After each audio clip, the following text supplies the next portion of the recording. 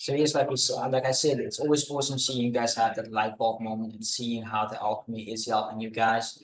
And I will always say this, like I say in every session, guys, if you guys have not yet watched the previous alchemy videos, please go check it out because it's the only way you can have a full understanding of what I explained in here.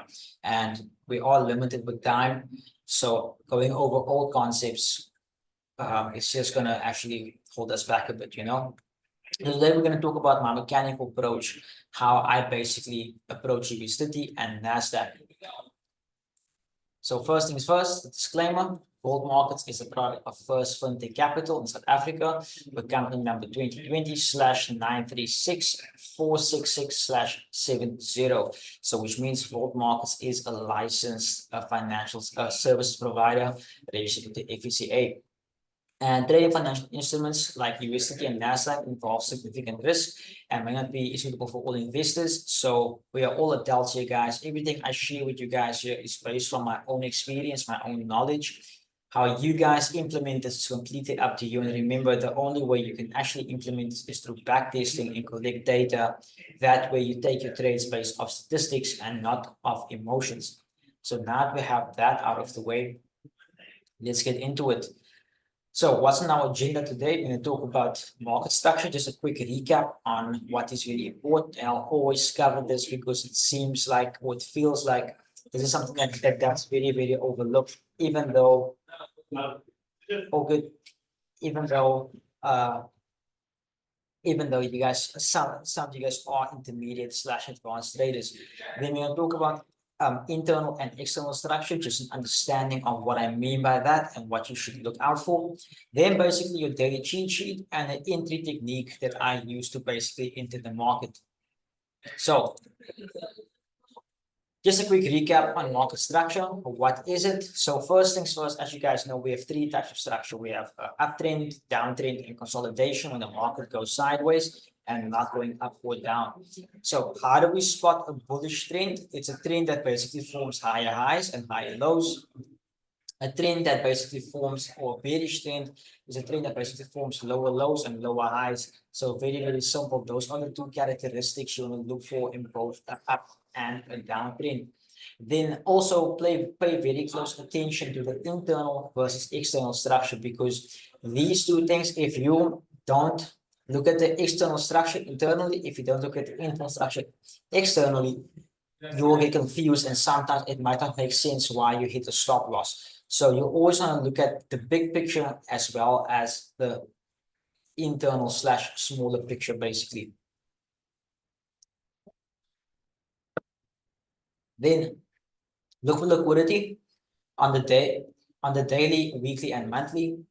And these points will be for finding our points of interest and to take profit levels. Now, what I mean by look for liquidity on the daily, weekly, and monthly is basically on the daily, we mainly look at the 15-minute time frame. I hope you guys are taking notes. 15-minute time frame is what I use for my daily structure. The 4 hours what I use for my weekly structure, and then the daily and the weekly is what I use for my monthly structure, basically. Okay, so like I said, these points will be the points of finding our points of interest and take profit levels. So just a quick recap. This is how the retail book basically teaches us, which is basically, let me just grab a pin on here, where it's basically very, very simple. If price moves to a high, it will basically find a point where you will find a resistance. And that is what was going to cater for that pullback, for price to basically find support before we have that move back towards the upside to continue the trend towards the upside. And obviously, as you guys know, when we have resistance at a point, when price hits that level, you want to see a retest to make sure that the trend is going to continue towards that given direction. However, if price, for instance, let's say this is that resistance point, if price moves up, breaks above that resistance then turns into support, and that's when you want to wait for that retest to take that move further to the upside. So in this example, you can see here's our resistance point, and we can see price move down, found support, basically moved up, and then basically broke through that resistance point, meaning that that resistance now flips to support, basically. Now, remember, guys, this is pure illustration and how we are taught by the book, basically. The same concept. When price basically trades up through that level, it's obviously moving with momentum. It will find a new resistance point, which price will basically hold from, pull back. And that point where resistance flip to support is basically that next point where you will see a similar concept happen like over here. We will see price hold before pushing back towards the upside. And the exact same concept repeats itself over and over. However, with that said, if it was so simple, everyone would be making money and no one would be donating to their broker. Okay, so how it actually works is that, or what I've come to realize is all of this becomes manipulated. So for instance, this is the true way I spot structure. So when price basically forms a high, yes, it does form resistance at this point for it to pull back, but I know that pullbacks have to occur in order for moves to take place. Because the thing is, when you want to buy, for instance, let's say price moves up, you don't want to buy at that high. You want to wait for price to form your pullback so that you can find that ideal entry point for you to take that buy position, targeting those internal weak highs basically. So initially what I look for is I want to see price basically form a resistance point. Let me use a different color on here. I want to see price form a resistance point, creating that resistance like we basically mentioned in the previous slide, pulling back, forming that low basically. Now we also spoke about this in the previous alchemy sessions. When price then breaks through the structure over here, through this quote unquote resistance level, this is what some might see as a break of structure. If you're trading ICT or if you trade SMC, this is what we call a market structure shift. Okay, so with that said, when this basically occurs, you will be left with a candle pattern here at the bottom, and this is how you basically draw out your demand zone basically. All right. Now, instead of us buying from this zone over here where price basically flips to support, where this is supposed to be support that occurs over here, what happens if you think about it this way in the retail book, if price starts moving down on a smaller time frame and it breaks through that level, what's going to happen now? People are going to wait for the retest and look for shorts towards the downside, because that resistance that was left over here will then flip to support, and if it breaks back below, that support will flip back to resistance. And this is how people get trapped basically by overcomplicating things. So simply what I wait for is, once price gives us that break of structure, I want to see a demand zone. And then I want to see price basically retrace back into that zone. That's when I start looking for my tap in on my mitigation, and that's when I look for my buy, basically targeting these internal weak highs basically. And the same concept, price will then pull back up from this resistance point, where price will basically have the same concept occur, where this will be resistance, where this will flip to support, and exact same concept. If price breaks below, induce people to short, when in reality we will start looking for those longs towards the upside. So if you think about it compared to the previous image I've showed you, the market, or you can ask yourself this, does the market look more like this or more like this? Right?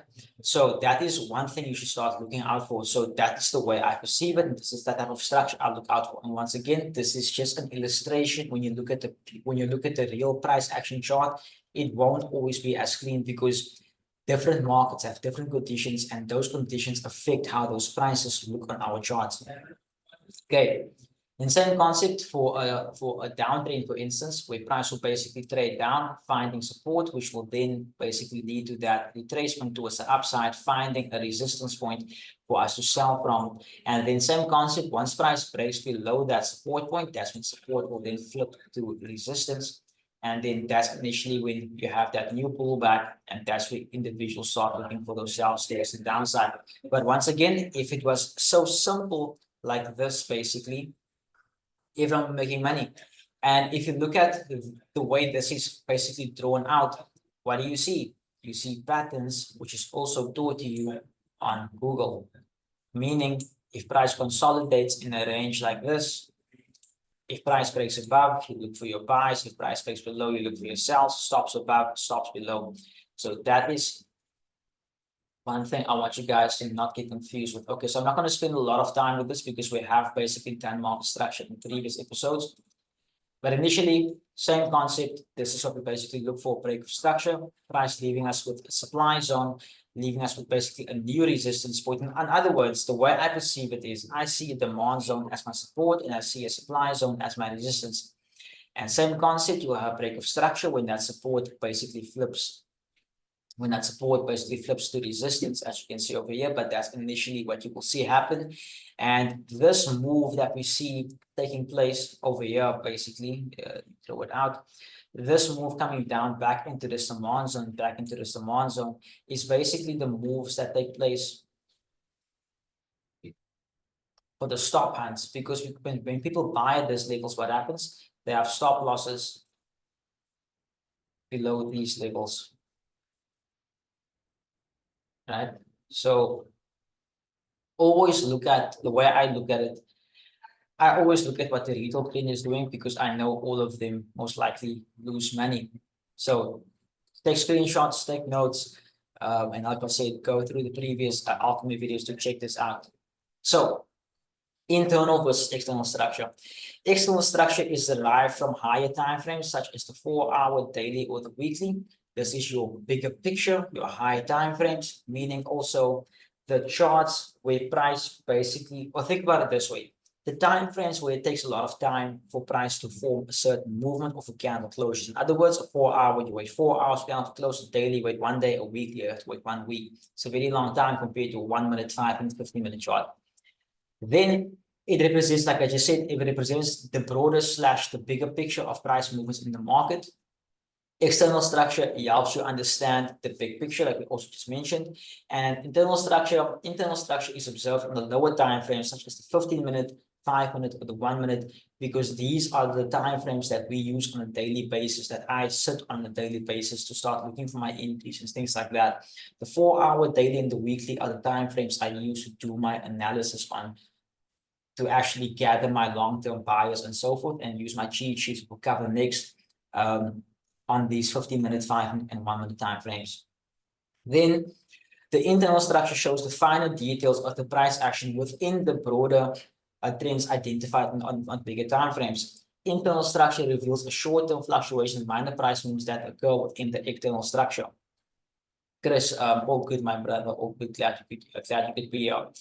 Just to draw an example of that, I'm going to go back to a previous section.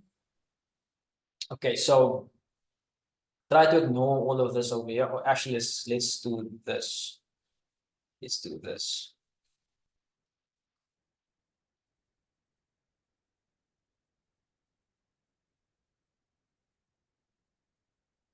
Okay, so imagine the 4-hour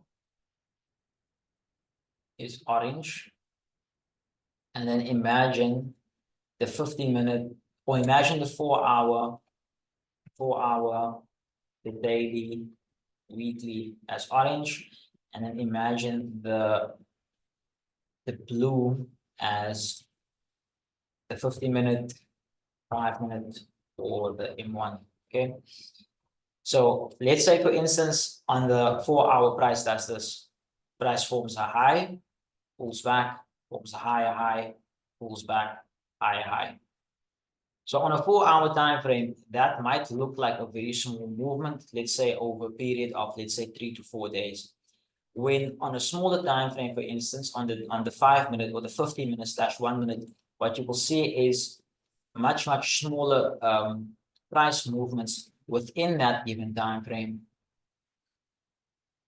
And this is basically how that structure is formed. So as you can see already, there is basically a puzzle that you technically have to put together in order for you to become profitable. And if you don't build the puzzle correctly on a higher time frame, the smaller time frame obviously won't add up at all. So you just want to do this out so you guys can have a better understanding. So we see blue. So that's basically how it will more or less look. So if you compare them next to each other, that's technically how a 4-hour and a 15-minute chart will look. The exact same movement to the upside, but much more noise on the internal. This is why, for instance, nothing against scalpers, but this is why I don't like scalping the market. But waiting for price, for instance, because I make an example over here. Let's say, for instance, like this point, let's say price had a demand zone over here. So I would wait for the 4 hour for price to trade all the way down to this zone so I can have a move like that happen. Then for instance, on the 50-minute, because that's such a big zone on the 4 hour, for instance, because that's such a big zone, say 49, let's say for instance, 50 pips. If I go refine this, let's say on the 50-minute chart, it might only be that small and be, let's say, 22 pips. So what happens now? You can't take it on a bigger time frame. Just move this a bit more to the left. So what happens now? Let's say you want to take a trade on a 4 hour. Yes, you can do it, but only difference is your stop loss will be much bigger. So obviously you can see now your stop loss, let's say, is 55 pips. When let's say you take it, let's say you target that high at that point, so that will be a risk reward of 1 to 2, for instance, right? So that's the high over here. Let's say on the smaller time frame, price pulls all the way down to this point, taps into your zone. Now your stop loss, instead of having 55 for stop, now your stop can flip to 25 pips. Going from a risk reward of 1 to 2 to now going to a risk reward of 1 to 5. Just let me know if I'm going too fast. Are you guys following what I'm explaining here? So this is why the smaller time frame plays a role, because we want to maximize that risk reward ratio.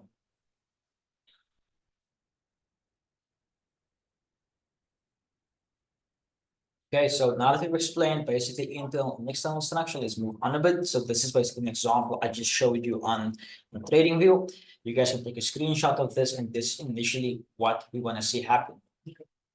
So your daily cheat sheet is, you guys remember back in school? Yeah, okay, awesome. Of course not. Yeah, you guys are following.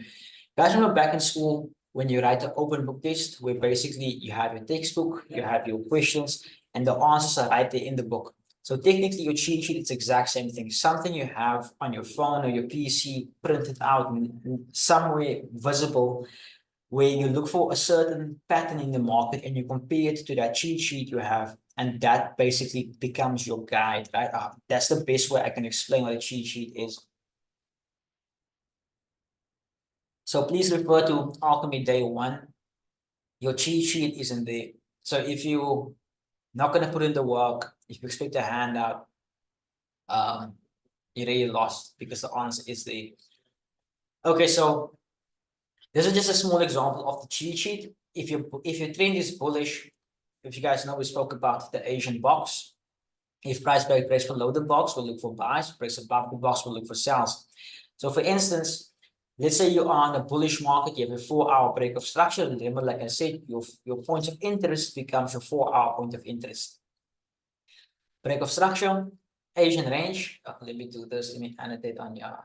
So basically, you can see price moves to the upside. On the 4 hour, we can see over here, here's a break of structure. Price forms at higher high, and then here's that demand zone. Basically, price leaves to us.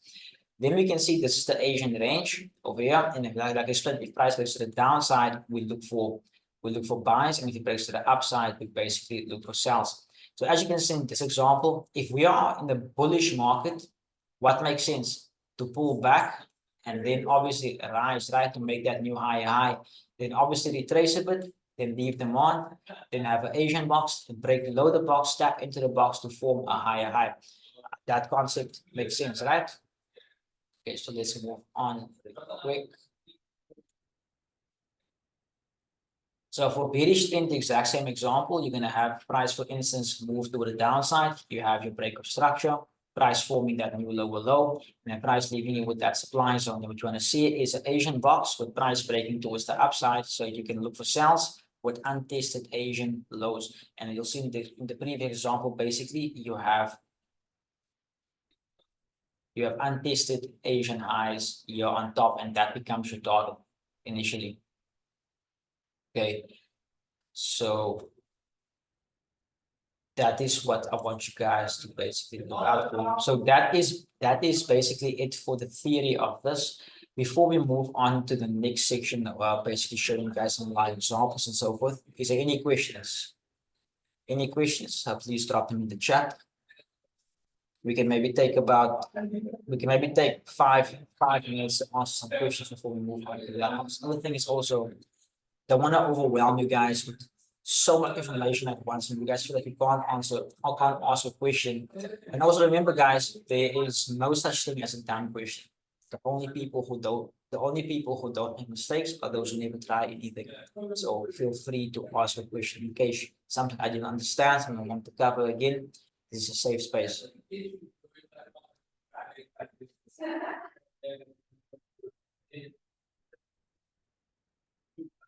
The P cases is good. Chris, Dwayne, Giovanni, iPhone, Ivy Forex, Nick, Kosanati, Nkubonga, Nkobile, Ntando, Riyadh, Sia, T, Tabang, user and Zoom user.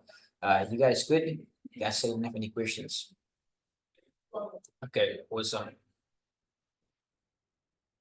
Okay, Riyadh's asking, can I take us in the future through a course of how I use the indicators? Yes, definitely I can. Which indicators exactly? And I also see a question here, understand market structure. What do you mean exactly by that question, understanding market structure? Pivots, okay. Okay, I feel like that's a good question there. The pivots. So the pivots is basically an indicator that I have on my charts. So let me quickly flip on.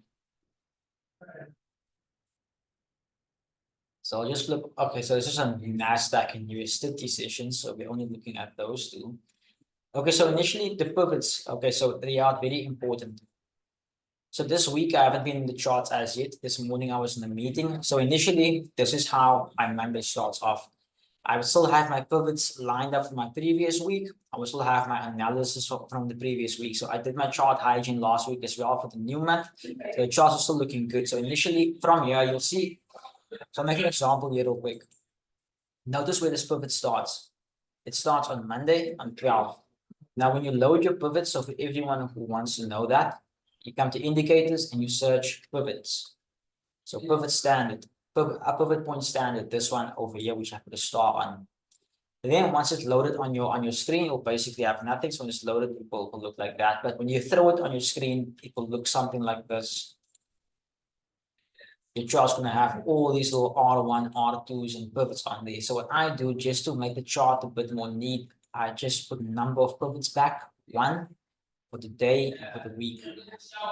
So then basically when I'm on this section, what I then do is you'll see that. So obviously you'll see this is where last one was. It's last week, Monday, 12 o'clock. So simply what I do is I move it to this week. So I'll make an example of this real quick over here.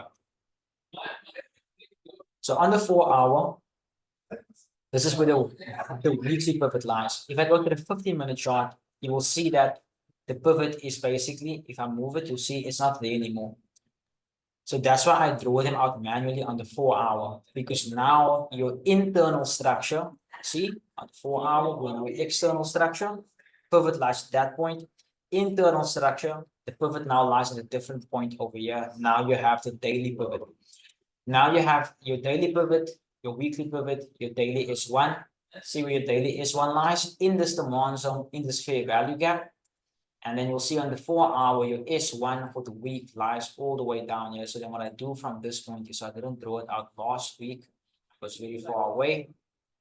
What I simply then do is I throw my S1 on here, load my template, and then I locate my R1. So your S1 is support one, R1 is resistance one, and then pivot is your equilibrium, your 50%. But that's initially how I draw out my pivots. Okay. And then also you had a question, you also mentioned, Riyadh, understand market structure. What exactly about market structure would you like to know? Okay, so Max, all good, all good. Okay, Dwayne, Dwayne. I think you are the guy whose name I'm talking the whole time. I think you are Dwayne. So do I take the most extreme for POI consideration when looking for entry in the 4 hour? Yes, I always look for the most extreme one. So for instance, what I do is, like you'll see over here, price broke structure above this point. So meaning basically breaking above this supply zone over here, price then forming a higher high. So then we can see there's a low that was formed at this level. Let me just this. So we can see price left a low at that level and it left us with a high at that level. So with that said, what I will then do is I will draw up my fib for my secret settings, and you'll see then my extreme points basically line up at this point, my 88% and my 918. So you'll see here over here as well, the 705, the 786, note also how price tapped this level, and that's when price basically started looking for longs. Now, if we go to that point over here, this was NFP. So notice how price tapped into that zone NFP and then moved to the upside. The only reason why I wouldn't have taken it there is because of the size of this demand zone. It's a bit big for me. So I would refine it until I have the most extreme point before looking for that position. But let me show you another example there real quick. So you'll see over here as well. Notice from that high to that low, from that, okay, let me do this. From this high up until this low, price gave us a reaction. Notice there the 88, 918. Notice how price tapped into that level before getting those sells. The exact same thing over here as well. After price respected that and mitigated it. Notice here once again, you had this reaction over here, more or less at your extreme points, tapping into those fair value gaps and obviously the Fibonacci point at that point. So that is one of them. Let me show you another example. The price didn't really move like a year. So we're still waiting for practical tap those zones. But initially, even over here, from this low to this high. So notice this over here. Notice where my demand zone was, and notice where my fib points were. Exactly that point. So if only this level tapped into my demand, I just wouldn't have had confluence there for my fib. However, price fit the fib, but there was, so you'll see this point over here. Let's quickly go back. That is on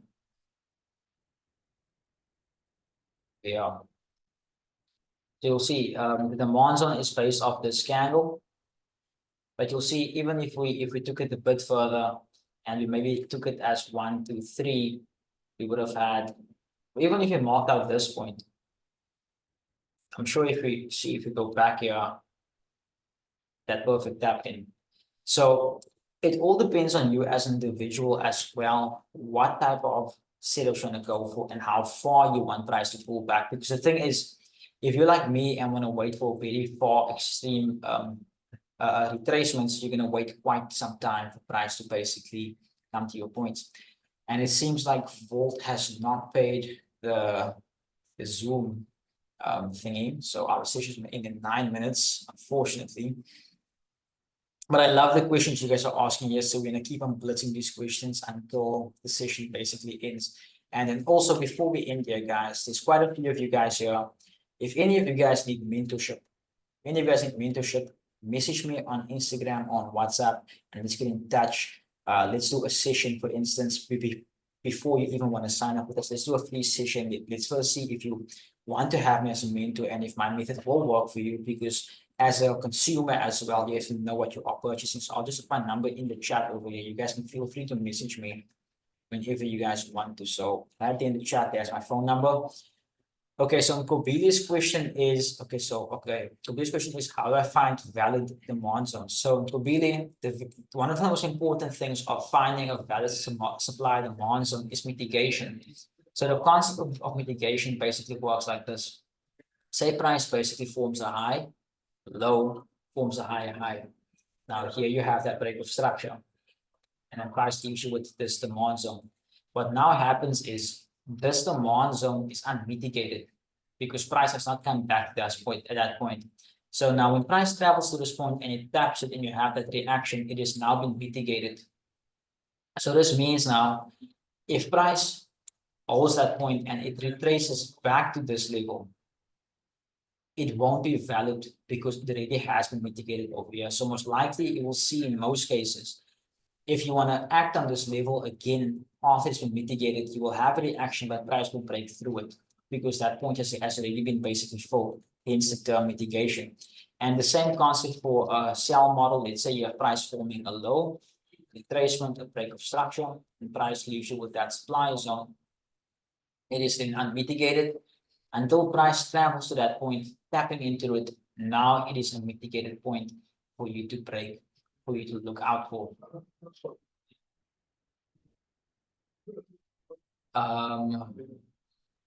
And the last question is, now I understand the structure, but always comes short by break of structure for your value gap, swing as well as what the okay. Riyadh, yeah, I don't think we have spoken before, but I would say maybe you and I, let's get on a call after this and let's just discuss a few things. But I have seen that you have caught some moves, but just like a few things here and there we need to clean up. Okay, please, Jeff, teach me your patience. We call that USSR trade together. One of my best trades for the year. Just give me time and 7 seconds. Okay, awesome. Yeah, so unfortunately, patience is something that I cannot teach. Patience has to come from within yourself because the thing is, it has to come from your own subconscious mind. It's easy for someone to tell you something. Have you guys ever had something like when you've done something, someone warns you about it, and then you don't listen, and then something happens, and then you're like, oh, now your eyes are open. That's your subconscious basically. It's come within yourself instead of someone else trying to force that upon you. Okay, so Giovanni's asking, Jeff, with order blocks, do you need the entire candle or can you only consider the upper or lower wick depending on the supply demand zone? I assume taking the considering. So it depends, Giovanni. There is two methods. So there's either so also remember your candle tells a story. Remember, we've also spoken about this in our other sessions, the anatomy of a candle. So let's say this is our candle over here. Let's just make this a bit more darker. Let's say this is our candle, right? And then this is our wick of our candle and the wick of our candle.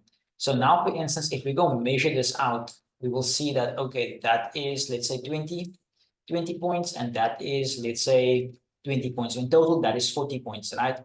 So 40 points, but now if we mark out the body of the candle, you will see the body of the candle equals basically let's say 2,000, so 19,000. So the body of the candle is obviously much more bigger than the wick.